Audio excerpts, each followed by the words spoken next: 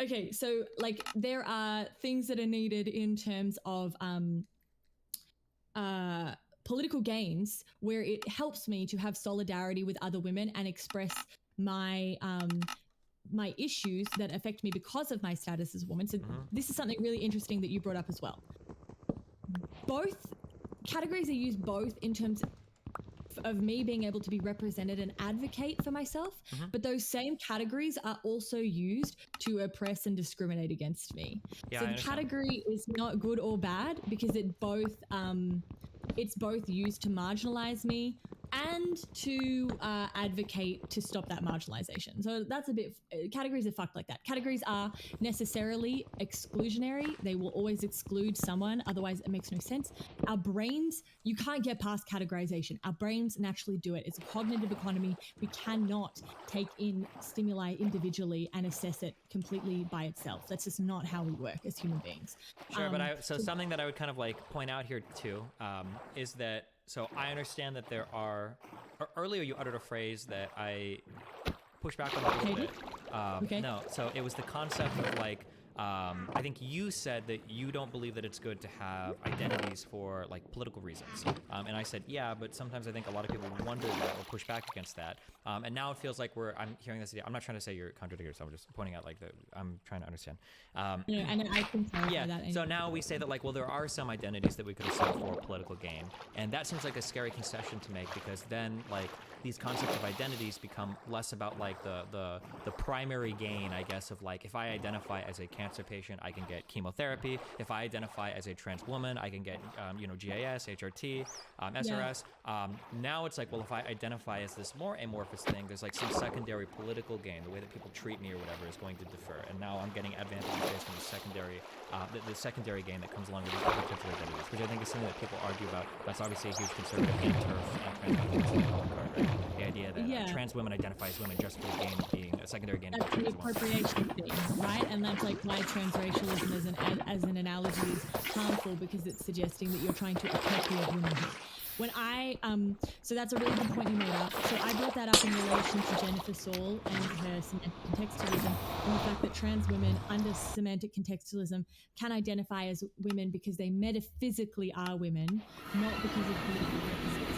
So there is an advantage to being able to say that you truly are something, not that you are something for political purposes. Yeah. Now, that is to do with category identification. In terms of the existence of concepts, I'm arguing that a lot of concepts are inherently political. They only exist because we live in a juridical state where we are represented based on the categories we fall into.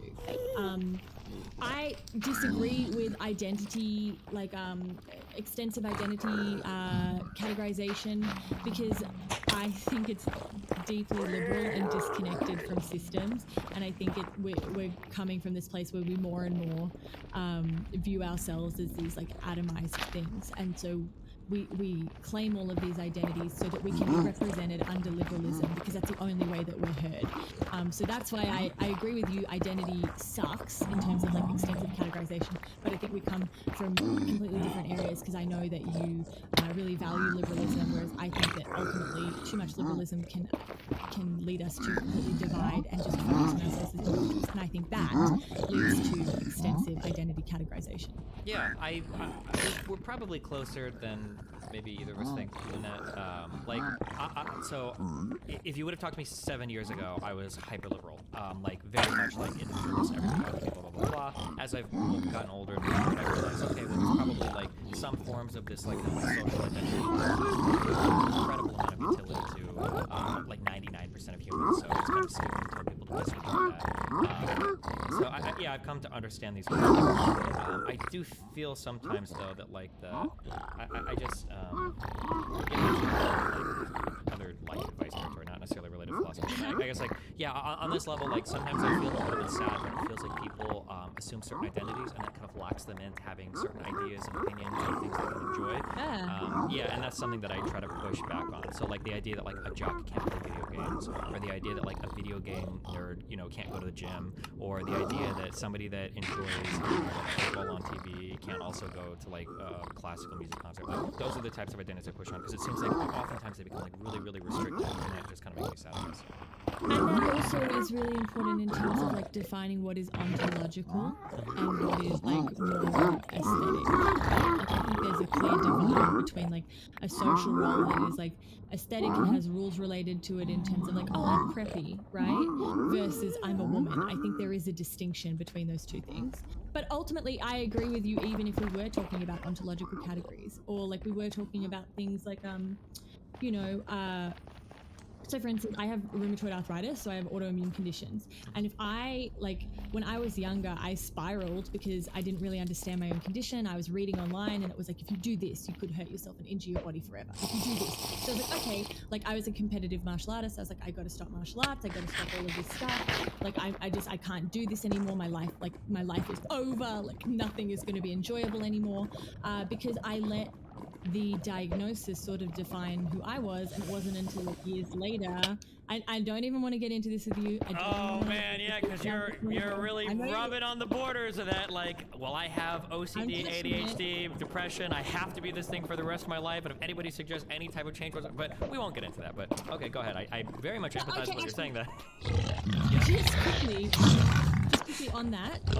To this, I'm like walking around it. Okay, so there's something I'd like to touch on that also isn't that, but I do want to touch on it, which is okay. You're leaning over the pole right now. You're about to fall right into it. But go ahead, try to touch it. I'm not. Okay. But when it comes to common sense advice, like don't go outside when you're 90. Wait. I never said that. Oh, really? That's just how it came down the grapevine. Oh, down the grapevine. Oh, well, the original tweet was, it's not a good idea to go outside on your own and get really intoxicated in strange places with strangers. That was the original.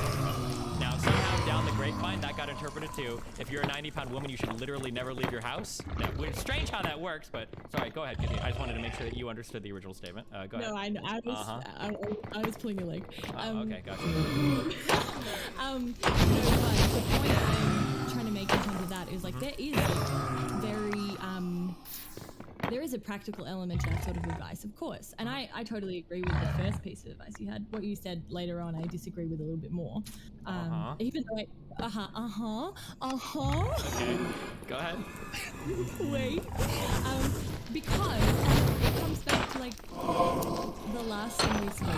It's not that I disagree with the practical element of what you're saying. Sometimes when we give practical advice, it can change the way that the issue is perceived. Of course, there is practical utility in telling people, like, don't go out and get wasted by yourself. That's not safe.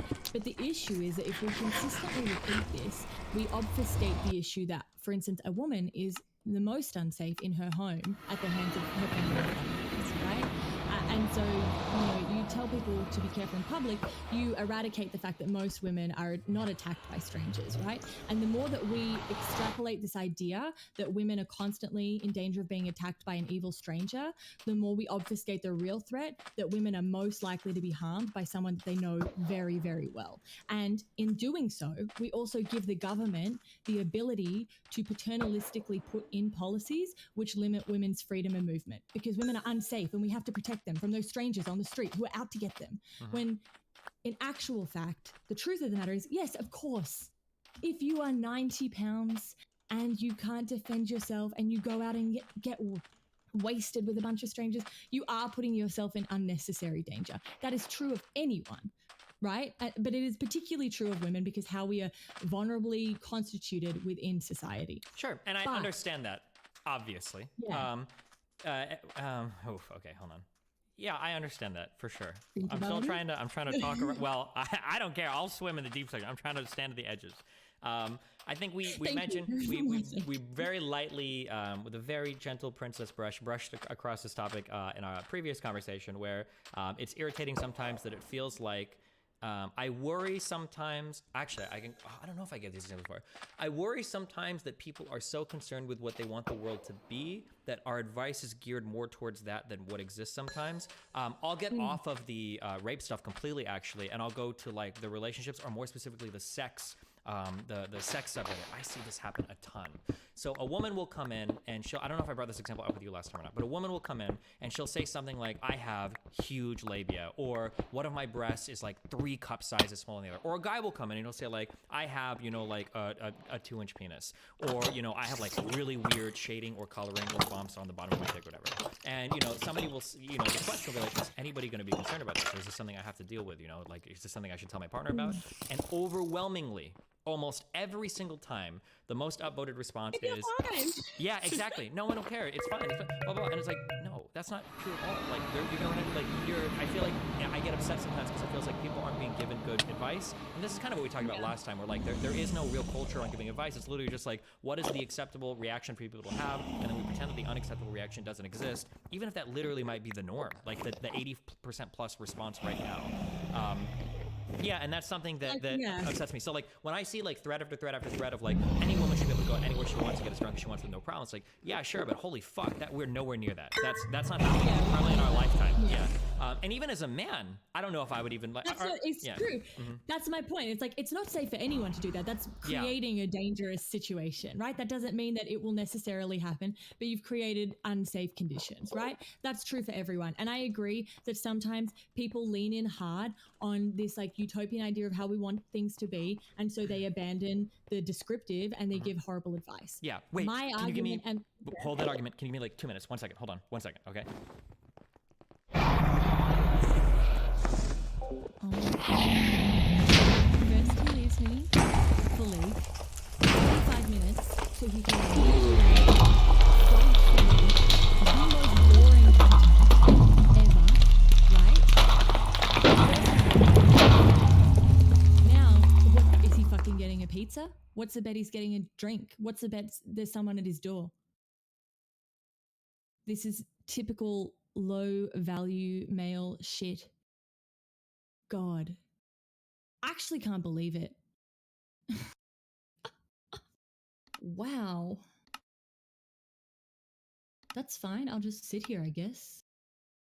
I don't play League, so I can't bore my chat to death while he's away. Okay, I wanted to give you time to prepare a really good answer. Okay, go for it. Okay. I forgot what you asked me. What? Are you serious? Are you even listening to our conversation? Nah.